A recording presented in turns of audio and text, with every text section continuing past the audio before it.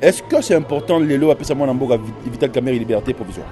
Ce n'est pas la liberté provisoire des importante aujourd'hui, mais la linguité n'a procès en appel. Ce qui procureur a vu vraiment indus d'autres preuves.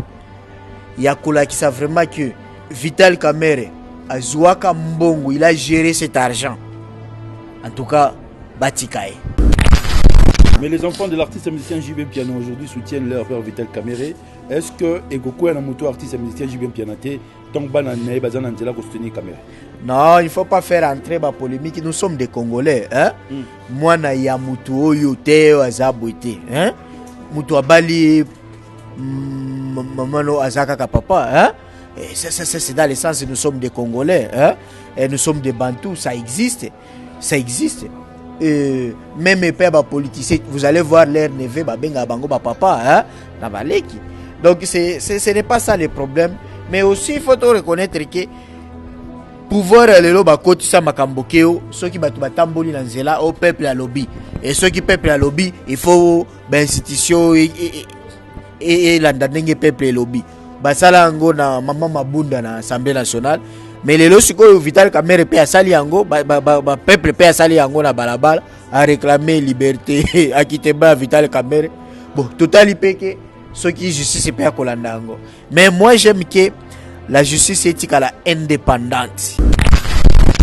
Ekola te pona nini? Baza tata na bango par alliance. Soko bali mama o bali bana. Donc lokola Amida za mwasi na ye nakanisi bana ya Amida bakoki ko compature pe ko kitana nzela pona ko soutenir mobali ya mama na bango. Moi je ne vois pas un problème na compassion, ezali compassion. Ezali koleka même JB omoni tozalaki liboso na makanisi mabe ya kosala zuwa na makambo etali excusez-moi le terme masoko mais dans ce qui JB aza déjà na dimension spirituelle wana ya ko se surpasser oyo ndeko Kamerhe akomi kosala ezali susu procédé et komi purement politique. Pour nani na biki komi purement politique parce que peuple congolais nyoso yebi papa maman mona muke mukolo na wateka kandunda matembele ayebi ki ba condamné ki mona mboka Vital Kamerhe 20 ans de prison et le ko ba condamné 20 ans de prison peuple congolais lo koni za ko zana simana yango peuple congolais za ko senga ki ndeko Kamerhe ayeba na ko senga nano bolimbisi pe ayeba na ko zongisa kanyaka l'état oyo ye azui mbongo ya ba contribuable congolais mbongo ya ba imboka mbongo ya pasi o ba za ko zonga avec beaucoup de difficultés mais na sima wana yebi so tout yebi qui azali condamné ndenge moko to mona ba condamné lokola bandeko Edi Kapen ba condamné lokola bandeko mususu to yebi wana basala autant de prison to tikala komona bango te ko kende koloba ke non ba yeba na ko pesa ye liberté provisoire toza surpris dossier oyaye est dans le niveau ya cour d'appel nanu cour d'appel ayebi na kosambisa pe ko juger dossier oyete mbala moko akei na cour de cassation mbala moko ko kende ko senga nini mise en liberté provisoire sans pour autant nanu na niveau ya cour d'appel ba statuer sur dossier na été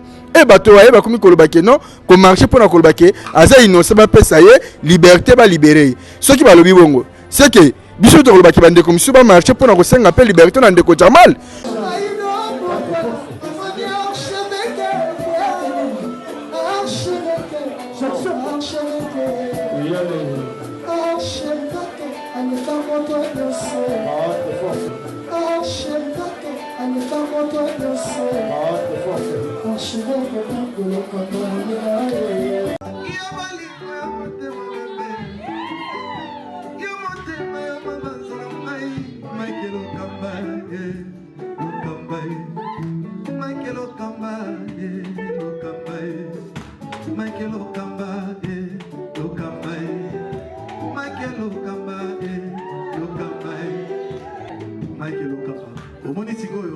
L'artiste, c'est l'improvisation. Africa Elengi TV, votre chaîne, l'incontournable, la star des chaînes.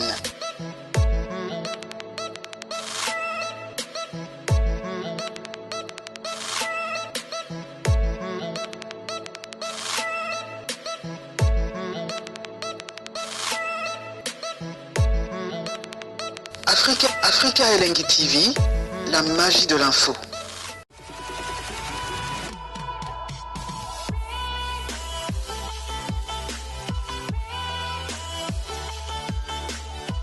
Bien, nous avons le privilège de Royamba Maître Carlos Mopili à repérer le point de vue naïe concernant libération et à mon amboka Vital Kamere parce que l'INT était dans la rue et les enfants de Kamere pour réclamer sa libération. Maître Carlos Mopili, bonjour.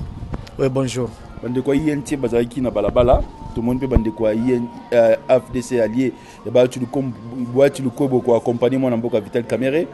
Est-ce que c'est important les lois appeler ça mon amboka Vital Kamere liberté provisoire? Bon, normalement, c'est prévu dans la Constitution et même dans les codes de procédure pénale que liberté c'est la règle et la détention est l'exception. Mais à ce niveau, pour Ngaï, ce n'est pas la liberté provisoire des importante aujourd'hui, mais la ligne qui n'a procès en appel, ceux qui procureur a vu vraiment indus d'autres preuves. Il y a qui savent vraiment que Vital Kamere a Zouaka Mbongo, il a géré cet argent. En tout cas, Batikaye. Parce qu'il y a un premier degré, auto monarchie. Il y a un procès à détournement intellectuel. Dans le droit pénal, détournement intellectuel n'existe pas. Après VO, il y a détournement intellectuel n'existe pas. Et puis, il y a toujours le principe que le doute profite à l'accusé. Tant qu'il n'y a pas de preuves, c'est mieux Batikaye. Et bandit le loté, même na beaucoup qu'on a biso.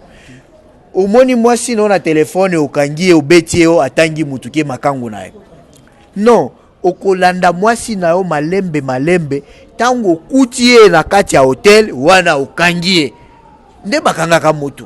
Alors au dossier à Vital Kamere nakolandisa ke batu nyonso oyo ba participa ki na condamnation na ye bazu ba promotion et comme ko pesa idée que ezali acharnement et surtout que ti lelo totika koyeba nani ayibaka 270 millions de dollars mususu wana parce qu'on parle que de 50 millions alors que tango bakangaka Kamere on parlait de 321 millions de dollars. Mais 271 millions de dollars, nani azali responsable? Nani azobate azobombaye? Nani aza responsable ya procès ya sote mouton? Mouton ayiba mbongo ya sote mouton azawapi? Ti lelo toyebi yango te. Autre chose, kaka même procès à détournement na ba DG ya ba OVD ba sacrifice, on les condamne de 3 ans. Mais Kamere va condamné à 30 ans. À 20 ans. À 20 ans. Donc, vous voyez qu'il y a... Mais les enfants de l'artiste et musicien JB Piano aujourd'hui soutiennent leur père Vital Kamere. Est-ce que Egoko est un moto artiste et musicien JB Pianaté non, il ne faut pas faire entrer la polémique. Nous sommes des Congolais. Hein? Moi, na ya mutu oyo te azabwete. Hein?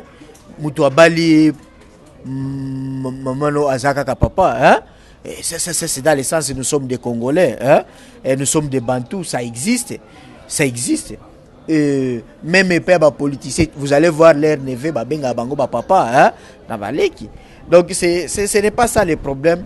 Mais aussi il faut reconnaître que pouvoir lelo bakoti sa makambokeo ceux qui batamboli na nzela au peuple à lobby et ceux qui peuple à lobby il faut institution et landandenge peuple lobby basala ngo na mama mabunda na Assemblée nationale mais lelo siko Vital Kamere pe asali yango ba peuple pe asali yango na balabala a réclamer liberté à quitter Vital Kamere bon total peke ceux qui justice peut kolanda yango mais moi j'aime que la justice éthique la indépendante. C'est ça que nous voulons. Parce que justice est indépendante. Ce qui Félix a tiki justice c'est ndengezo kendi. Lobby. À cause de la pouvoir. Merci. C'est ça le problème. Aujourd'hui, man doka peut perdre ba komi kolela la justice yango. Ba komi kolela la violation des droits de l'homme. Ba tika ka justice yango ya boy. Il y a téléphone. Cuisinier président ya bengi magistrat procureur ya blengi batika situation lelo bazo vivre yango tunda ministre de la justice enlevé na justice batika yango mais ba sibire yango lobby pe Ce qui UDPS a tiki justice c'est oyo instrumentalisé na politique a kosibiri yango na opposition. UDPS a bosana ke bauta bazalaka na Mobutu de 60 en 1980. Mais après bakenda na opposition. Et justice oyo bango babande ko manipuler de 60 à 80 pembeni ya Mobutu kaka même justice et nyokolaka bango ba prison pendant que les 13 parlementaires étaient des innocents. Donc nous devons faire attention lorsqu'on veut manipuler la justice, on veut armer un tueur et aveugle. Merci. Tu continues la réforme à Séni. Point de vue concernant le bureau et la réforme bureau à Séni na mokola. Bon, pour le bureau à Séni ngai nazali légaliste. Pour ngai na lingi il y a loi organique qui est en vigueur et il faut tout appliquer en go. Pour ngai to remplacer bateau, il faut beaucoup remplacer. Tokende na makambo ezali. Mais pour la réforme à la loi électorale, pour ngai na lobby, il y a des choses oyo parlement lingaka koyoka yango te. 1. Soy bolingi élection vraiment ezala sans pression sur la CENI. Élection transparente. Il faut que tous les animateurs, il y a des institutions politiques va démissionner 3 mois avant dépôt de leur candidature. En commençant par le président de la République, les membres du gouvernement, le mandataire public, les gouverneurs, les bourgmestres. Et même les gens, il y a institution judiciaire. Deuxième, il faut incriminer achat de conscience des électeurs. Et que pendant la campagne électorale, candidat mon côté azali na droit, il y a kopesa tricot, maputa o, na kopesa nani cabine à courant. Ça, il faut que et comme infraction babengi corruption électorale. Là et ça là que bamibi ya République ne seront pas élus parce qu'ils ne vont pas corrompre les électeurs. Troisième, question à suppléance. Suppléance est comme la meilleure perdant sur la liste. Et ça la surtout que au ti moi na yo ou be moi sinayo suppléant, premier suppléant ou deuxième suppléant. Quatrième, tozongi sa critère intellectuel combiné na expérience professionnelle. Et ici expérience professionnelle elingi koloba profession ezopesa mombongo. Parce que tozo mona lelo batu bazolo ba classe eza na tina te batu babomi Congo eza ba intellectuel. Mais oyo diplômé d'état, semi-lettré, a commis ministre, a commis député national, a commis gouverneur. Au moment où s'inscrit dans la faculté de droit ou bien économie, a bandi ko corrompre pour avoir un diplôme universitaire. OK ko sala nini pour le baki ko tanga eza na raison te. Donc yango boko mo na ba invité belé bayaka wa na chaîne na bino balo baka classe o batanga te. Mais aussi il faut tout royo to sala recensement administratif. Parce que on a dépensé 500 millions pour l'enrôlement des électeurs, alors que le recensement, ça nous demande que 350 millions de dollars. Donc, tant qu'il y a un recensement, pour que Bambororo, les étrangers qui sont au Congo, ne puissent pas voter. Tout le monde va Ouest Africain, belé va voter. Angolais, et belé va voter. Parce qu'on n'a pas fait le recensement administratif. Et il faut qu'on crée au sein de la CENI organe babengi inspection électorale. Donc organe corps des inspecteurs électoraux. Bangonde bako banda kolandela depuis campagne électorale toutes les infractions électorales. Osali kanyaka bakomi. Osali boy ba annuler candidature na yo pour que ezala les sous-souté que moto akera contentieux électoral au bandi ko tout na yo yaka na ba preuve. Aussi réforme mususu to formaliser machine à voter. Na vote électronique. Tout formaliser en parce qu'on a utilisé ça, c'est un outil très important, mais il faut surtout légaliser en gros. Voilà, bilo qu'on a occupé au Senga pour la Likambo Italie CENI. Aujourd'hui, place il y a Dirkab, il y a chef de l'État et il y a un assistant Oazo Kamba place Wana. Est-ce qu'on peut dire que Vital Kamerhe en prison, il est toujours Dirkab, le chef de l'État? Est-ce qu'on peut dire que Vital Kamerhe en prison, il est plus fort qu'en liberté? Oh non, vous savez, ça dépend à Nenye président de la République qui a géré les Kambango. Vous savez qu'on a gardé Vital Kamerhe na poste et à dureté de cabinet c'était pour des raisons stratégiques. Parce que tango ba convoca qui est na niveau ya parquet, tango ba kanga qui est soki balongola ka Vital Kamerhe na poste à directeur de cabinet, comme il était député élu, il allait recouvrir qualité naé à député national. Et là, même le parquet à Matete ne pouvait plus être compétent. Yako Sambisa nani un député national. Et il y a comme ma procédure si quoi ya Milaï au lever à immunité qui ne dissous sur la justiciable na cour de cassation. Oh là il y a la mindondo. Bon, les lois à directeur de cabinet, il continue ya ko jouir na salaire na ya munene wana o eleki ya ba président ebelé à France. Bon, azana nous azo bénéficier na droit à la présomption d'innocence parce que tango ba ko condamné na décision judiciaire coulée na autorité de la chose jugée, c'est là où il sera définitivement condamné. Mais jusqu'à présent, il joue toujours des droits à la présomption d'innocence. Et voilà, il est encore directeur de cabinet, mais intérimaire Nayazo Salamosala. Il faut savoir aussi que le président Tshisekedi, c'était le premier président à Kozalana, 4 directeurs de cabinet adjoints. Depuis l'indépendance, le président Youssou Bazagara a 2 Dirkaba, mais lui il en avait 4. Et puis il y a plusieurs conseillers spéciaux et conseillers principaux. Donc les choses marchent sans la présence de Vital Kamerhe. Merci. C'était Maître Carlos Mopili. Maintenant, là, on va prendre Maître Zorobabel. Maître Zorobabel, bonjour. Bonjour, mon cher ami. Hier, l'INC, Bazalagi na balabala, na mon amboka Vital Kamerhe, na bana ya Vital Kamerhe, tout le monde peut partir à Bahati Lukwebo, lecture na.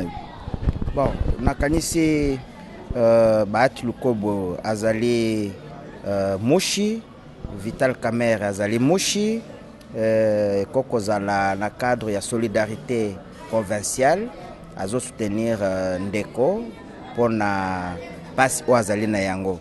Mais je crois que Ndeko Kamerhe et loko asengela ki kosala pour na kozala kopesa na peuple kimia ezali koboya kobomba ka ba secret o yazali ko ba secret professionnel. Na loi na biso secret professionnel liboso ya tribunal ezalaka te. Et sengela beloko wana po abima na kati ya munyololo de acquittement na ye lelo ezali impossible te. Il suffit qu'ils disent la vérité parce qu'on ne peut pas comprendre baza ko reprocher yo plus ou moins 500 millions de dollars américains. C'est la vérité, ce n'est pas bongo bazoko sabiso wana 500 millions. Et dans les 500 millions, vous avez plongé le peuple qui est déjà très pauvre. Na kati ya loi makasi. Même bande konomoko ya province ya Sud Kivu. O bakozala na mwa maele. Est-ce que bakonji mapenza, est-ce que bato Sud Kivu nyoso nde baza ko bénéficier na mbongo wana? Donc, ce que zali était aloba au niveau ya cour d'appel, situation ndenge zali, ba kiteye. Ce que za mukonzi mboka. Basenga na ne parlement et bien ça y a justifié bambongo wana akoko kufa te à 20 ans.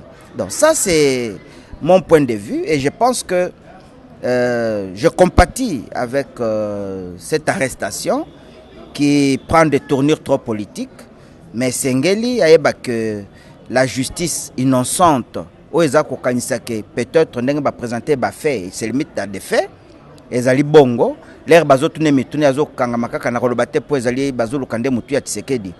Je ne sais pas à quoi il pense. Bon, ça c'est un point de vue. Merci. Maître Zorobabel, tomoni bana ya artiste musicien mboko JB Mpiana ko kitana nzela ko soutenir mwana mboka Vital Kamerhe yo bala mama Amida. Est-ce que eko la taper artiste musicien JB Mpiana te?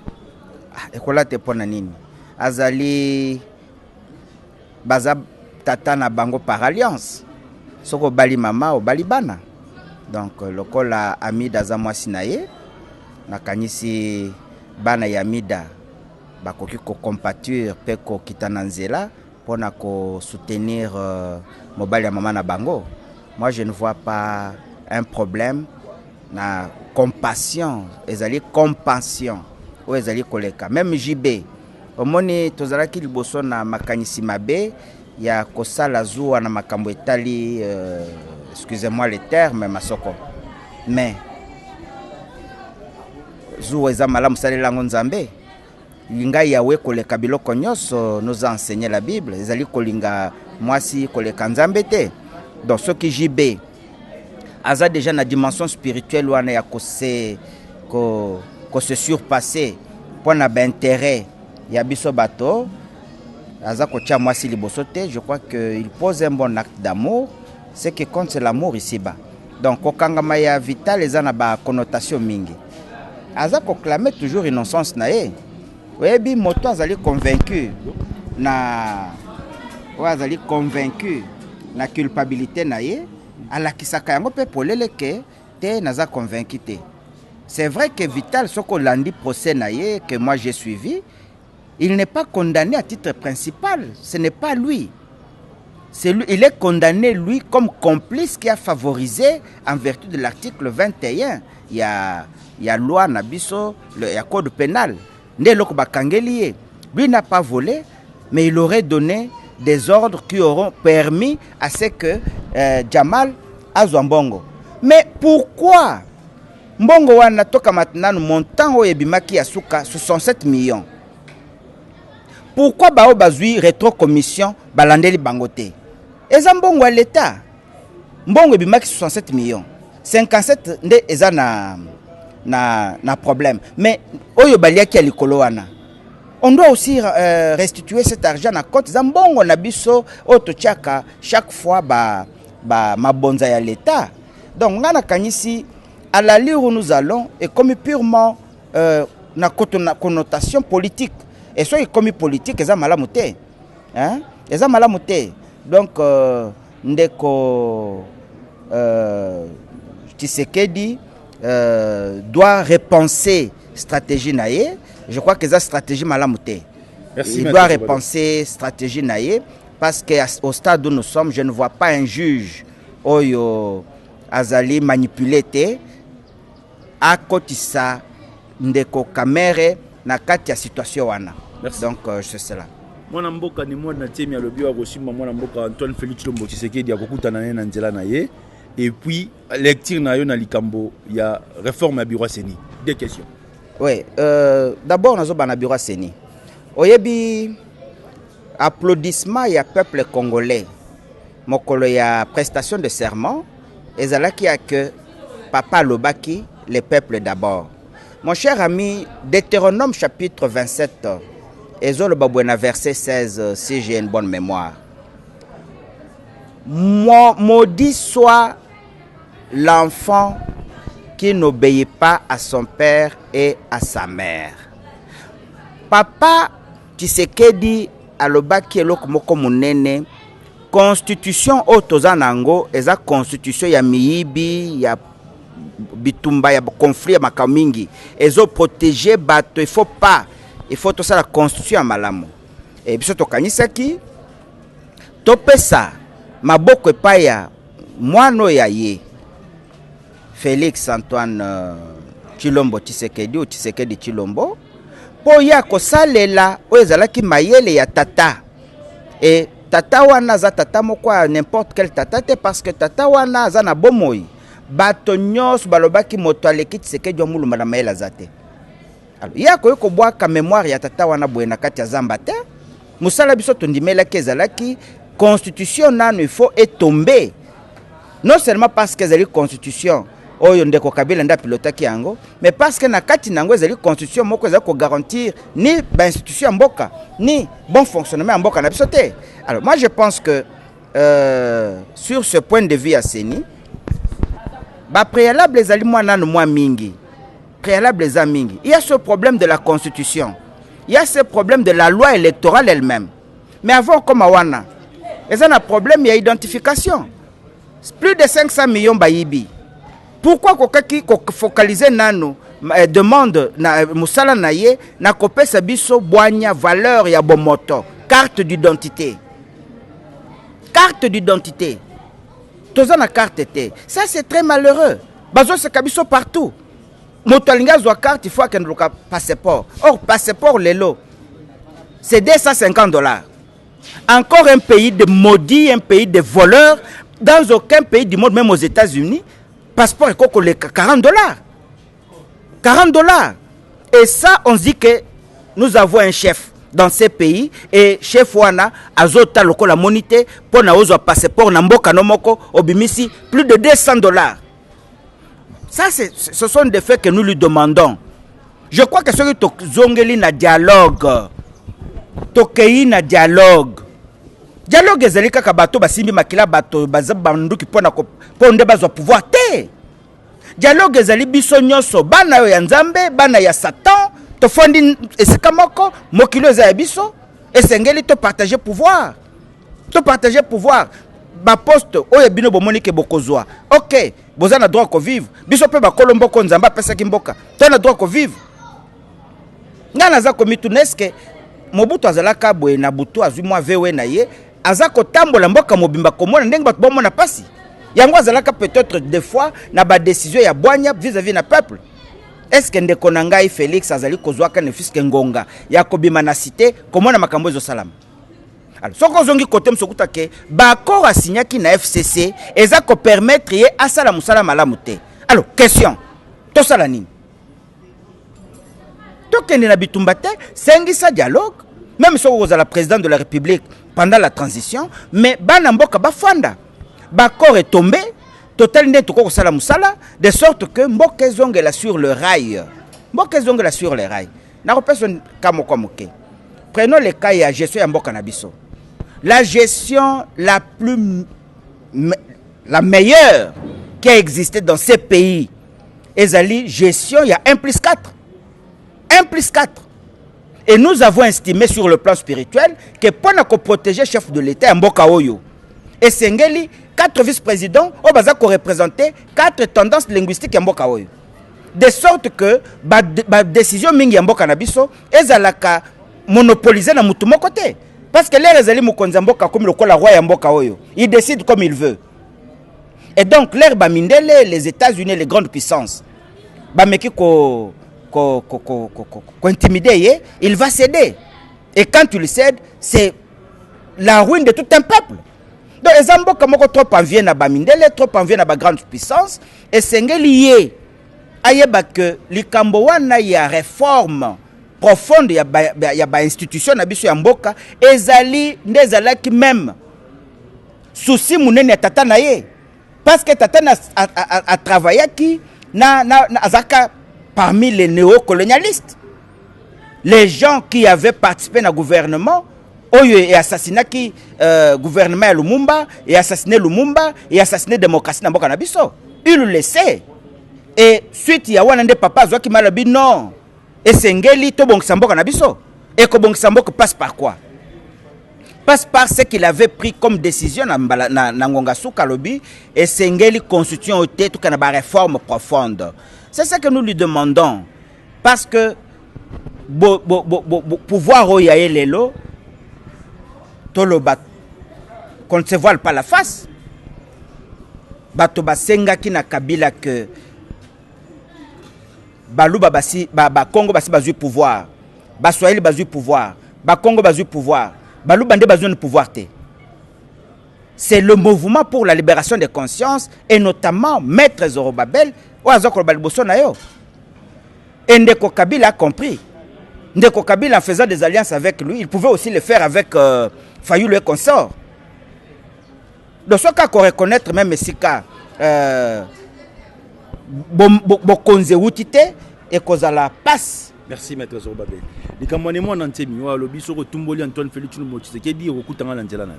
Ça c'est de la démagogie. Ils n'ont pas la même idéologie. Azakolba parce que babongi c'est lié appartement. Na kansina ba mbundudia Kongo il faut bazongela na raison. Un père spirituel ya bateau qui se prétend être mokonzi munene ya babundudia Congo parce que babongi c'est lié appartement et il fait des éloges. Est-ce que c'était son droit, c'est la corruption? Il n'est pas sérieux. Il n'est pas sérieux. Moi je pense que les vieux Atika Kokota na monde ya démagogie politique. yene mwana semi ayebi na kendaka koluka ye comme parti politico-spirituel et que le mouvement pour la libération des consciences est le mouvement politico-spirituel, aboyakima. Pourquoi aboyaki? Parce qu'en réalité, il est en train de manipuler Batouana Nyoso, même quand tu le mens aux gens, Sabaoth a parlé. Sabaoth, c'est la tribu de Yahweh. Elle a les armées. Quelle armée va lui parler? Donc c'est pour vous dire que tout cas politique, il y a démagogie. Démagogie, il y a lokuta. Lokuta na Bible, ezali na tata na ezali Satan. Merci, pourquoi est-ce que tu kozala kolandaka Satan alors que tu lingi bomoy? Moi, je crois que fini l'ère de la démagogie politique, nous devons entreprendre bisognoso l'essor de la politique rationnelle, de la rationalité politique. C'est ça que nous avons besoin. Merci. La rationalité politique. Très chers téléspectateurs, vous nous avez suivis. J'ai reçu des invités, Maître Carlos Mopili et Maître Zorobabel. Ensemble avec mes invités, nous avons discuté sur des questions d'actualité à travers la République démocratique du Congo. 89 00 60 149, c'était Rigen qui était derrière la caméra. On se retrouve avec une autre invitée tout à l'heure. Bonjour Ndeko Julio. Bandeko yente na balabala accompagné na bandeko ya FDC allié ya Bati du Kwebo. Est-ce qu'on peut dire que Togo Kenanzela liberté à mon amboka Vital Kamere? Mais il faut que na molai pe na mukusi na likambetali procès à mon amboka Kamere. Ngai na komi komona ke oyo bango ba komi ko sala wana oyo Ndeko Kamere a komi ko sala ezali susu procès et komi purement politique. Pour nani na biki komi purement politique parce que peuple congolais nyo soit yebi papa maman mona muke mukolo na wateka kandunda matembele ayebi ki ba condamné ki mona mboka Vital Kamere 20 ans de prison. Et le quoi ba condamné 20 ans de prison. Peuple congolais le roni za ko zela na simana yango. Peuple congolais za ko senga ke Ndeko Kamere ayeba na ko senga nano bolimbisi pe ayeba na ko zongisa kanyaka l'état oyo ye azui mbongo ya ba contribuable congolais, mbongo ya ba imboka mbongo ya pasi o baza ko zonga avec beaucoup de difficultés. Mais na sima wana yebi sur tout yebi qui est azali condamné. Ndenge moko to mona ba condamné lokola bandeko Edi Kapen. Ba condamné lokola bandeko mususu to yebi wana basala autant de prison. To tikala ko mona bango te ko kende ko lobake non, ba ba na ko pesa ye liberté provisoire. Toza surpris. Dossier oyaye est dans le niveau ya cour d'appel.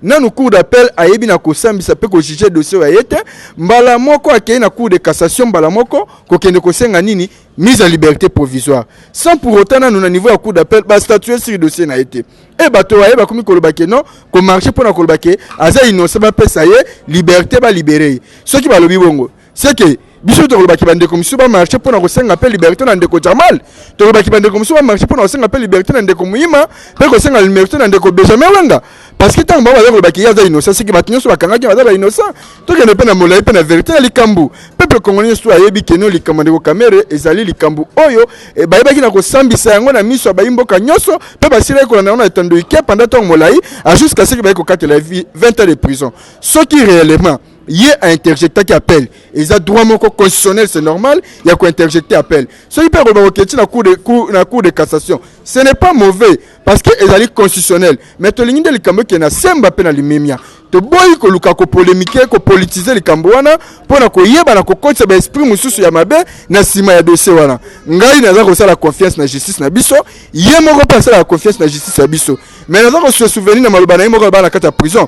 Alobi natika justice nzambe bana ko sala na likambo yo etali situation na ngai soki réellement ya sengi na justice nzambe bible lobi c'est à moi la vengeance c'est à moi la rétribution soki ya sengi justice nzambe atika aluka kimia ay bana ko landela ngo na ndenge longo bani pour que to bana ko mona toujours bosolo mais tant bomba comme kenango trop vite pour na ko yeba na ko manquer population na o etali vérité te en quelque sorte to mona kezali logique te ya ngo biso to lobi boy justice à Congo oh to pesi confiance na longo ya arrivé à mwana mboka Félix Antoine Tshisekedi oh ayepo na koyeba na ko lamusa justice wa biso et so pesa ndenge longo bani biso surtout dans la sima justice wana biso to la confiance na justice wana oh asali mbeba bakoyeba ko katela etumbu longo bani na mbeba waye so ipo zali innocent bakoyeba ko tika yo parce que olakisi asolo que ozali innocent mais tango na balabala boki atama wate il faut pas condamner.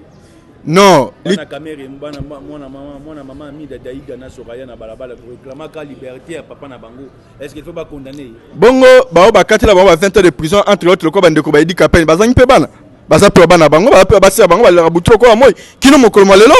oh pele baza ko vivre vie à passi mais pour nini tile lo ba libérer bango te c'est que batika justice ça musana yango to mona ba Frank Diongo ba dio mindongala ba katela bango ba prison ba privé bango même ba accès état ki ba député ki na ba immunité ba zo même ko yeba la kozala comment dirais-je bazwa ba difficulté o même inutile la kolobela yango mais ba sibisa pe na bango kino na suka pe ba yeba kina kobima na ndenge longo bani selon tata ko konje ko mona mboka Félix Tshisekedi o ayeba kina ko gracier bango ndenge mo pe na ndeko Kamere nano asali pas même 2 ans 5 ans pas même une année boza ko kende trop vite en besoin pour na nini koyela ka ko senga liberté provisoire en quelque sorte on est sous procédé bolimo mango na ndenge moko politique mais peuple congolais nyonso alanda ki procès wana na kimia pe na limemia afungoli toujours misoye kotala ke vérité o elinge batama na sima wana to ba mema yango na ndenge ya lokuta biso nde to boyi yango tozali wana balie na ye biso tozali lingo ba puna balie ya IDPS tozana na kati ya plateforme ya cash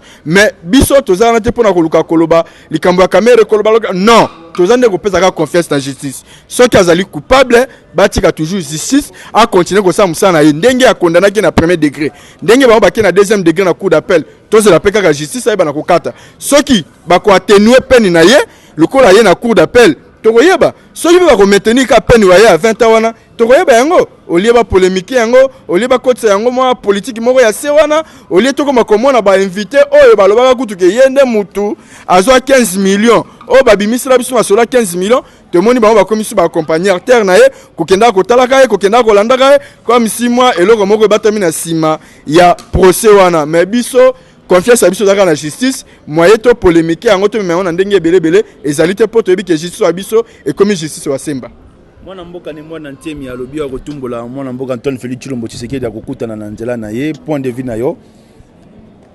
na yo concernant pe réforme ya bureau ya Seni 10 minutes. Merci beaucoup concernant tali d'abord mwana mboka ne mwana semi ngai na sepel d'abord na likanisa tamo konje ko mwana mboka Félix Antoine Tshisekedi ko senga d'abord na yebal ko maya ko memena na nzela tala ki traitement kino kimia ebiko ingela kati ya nzoto aye pe babimisie bayebi na kozongisa ye okati wa ndako wa ye sika afandaka ngai pona ngai na moni yango mabete ezali quand même malamu pona koluka toujours komema etali réconciliation kati ya mboka ya biso pe okati ya ba notable ya mboka ya biso Congo mais eloko ya kosenga kaka na ne mwana semi etake homme d'état etake moto na bwanya moto na mayeli ayeba quand même kozana ba réserve liboso wa ye par rapport ya ba décision o ya zwaka to linga me biso suna ba désordre te na ba trouble te oyo ya koyeba na kobomisa peuple congolais ba innocent parce que bato bazala quand même ba adepte na yewana baza peuple congolais baza na droit à la vie lokola pe ndenga zali na vie boye baza pe na droit baza na kimia mais comment na ke akoma kobomisa bango na ba raison moko personnel na makambo na ba intérêt na ye moko personnel wana za malamu te soka aza na besoin ke ba pesa ye mbongo wa ye tango azaki etake député honoraire ba na koyeba na kopesa ye ba emolima wa ye ba na ko reconnaître ye na moment o ye azaki comme député ako kinengo na ndenge ya longo bani ako mengo na ndenge ya kosema ba trouble te ba désordre te ya kobemisa batu wana ezali malamu te yango wana kobimwa ye to kinenga lobi o ya kosimba tomo konje kolo wana mboka Félix Tshisekedi asimbi ye ezali nango na ndenge ya bete ndenge pe ya lobeli wana to lingi ke komo na yango pe na ndenge ya malamu to mona yango te na ndenge ya flatterie to ya parti pris non to mona yango soutien moko total pona ko senga ke kimia e ba ko ingelo kati ya mboka biso mena likambo etali réforme ya ba réforme ya système électoral na lobaki yango butu lokola moi likanisi wana c'est encourageant à féliciter on a mona ki les 13 personnalités bazwaki pona ko yeba na kokutana na ba kokutana tamu konje ko mwana mboka Félix Antoine Tshisekedi kokutana na ndeko Jean-Pierre Bemba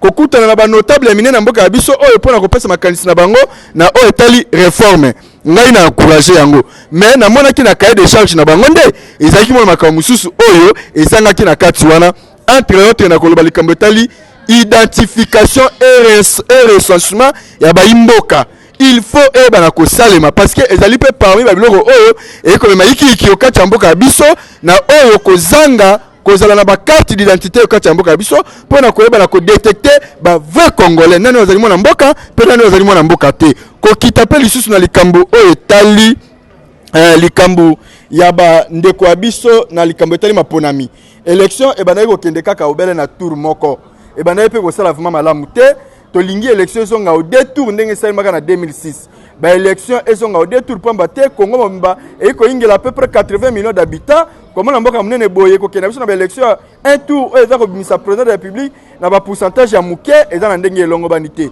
yango to lingi élection zonga na deux tours et ko sala vraiment malamu pe ko pesa accès na ba candidat ba ba ko ingela ndenge elongo bani pe ko kitali susu na likambo etali sei ba revoir na likambo ya sei wana poto moni yango eza na molongo te pe na ndenge elongo banité ebele baza ko yeba te ke ngai na zaki na ba voix ngai ebele na sutuki na bimite misusu pe même bazo ba sei te mais ba kena na ba cour constitutionnel ba bimisa ba député to mona ki eloko wana eza na molongo te pe na ndenge elongo banité na likambo pe etali caution il faut ba na kotala yango yango toza komona tolingi réforme salema pona koluka moyen et même soit modification soit amendement soit proposition na o etali loi électorale na loi organique ya seni likambo o etali caution elekaki motua makasi na bao ba candidat président pe ba député ezali vraiment na ndenge elongo banité kopime na bandeko ebele opportunité ya koyeba na kopostile okati ya mboka ya bango ba revoir likambo ya caution wana ezala malamu pe tolingi cette fois-ci banganga nzambe bakoya lisusu na mbeba o bakoya ki wana te makambo ya malamu o les 13 personnalités bazui ezali nde une initiative o banganga nzambe sengaki babanda na yango mais tellement bakendaki trop vite en besoin pona koyoka to koyela to kolanda nini nde toyokaki ke kanyaka esirkilaki ou bien nini en tout cas bango moko ba comprendre ke bakoya ki na mbeba même bango moko basengi peuple congolais pardon toyebi pe na kolimbisa bango mais tokosenga na bango bayeba na kosoutenir proposition ya réforme mais proposition ya réforme wana tolingi te ke baloba ke tofanda tosola nde tokaki ndeko Norbert Luyeye oya IR nande rosoki lisanga bonganga oh non toza komona il faut bakena biso na dialogue po tofanda tosolola po bokabole su ba poste po kanyaka ba contribuable congolais e bana ko bimesu so ekota mabenga bino to boyi yango wana eza ko biso susu na avancement ya mboka te wana eza ko biso na recul parce que bobanda makambo ba dialogue lelo te ba dialogue ebele bosala e bana ko aboutir biso eloko moko te toza pe na crise moko te parce que toutes les institutions sont en marche ko bana na président de la République kita ba institution surtout eza na ndenge elongo bani Nikolo na ko tikela nde ba invité ba lobanga na ko lobobe mokie ba invité ba pesa biso makanisi na bango concernant point de vue to ki point de vue ba invité to lobeli réforme électorale to lobeli likambu ya marche ya INT na bande ko na biso AFDC allié oyo ba compagnie ki bande ko INT Bansango tikali polele à travers la République démocratique du Congo boko landa biso tozoli en ligne Afrique Elengi télévision plus 243 89 00 60 49 ba actualité tout sur le plan politique to lo bango na 4 émissions point de vue Nzambe apambola biso ciao.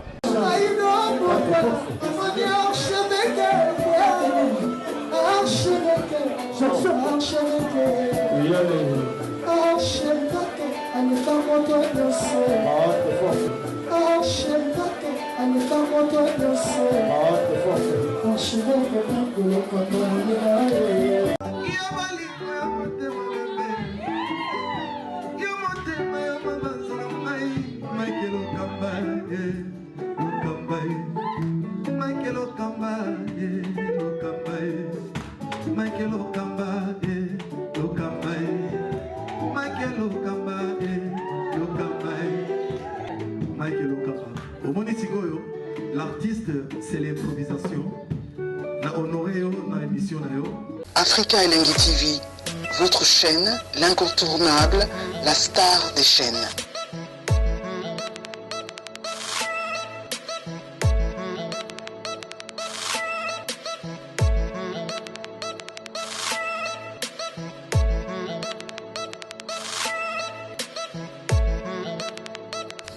Africa Elengi TV, la magie de l'info.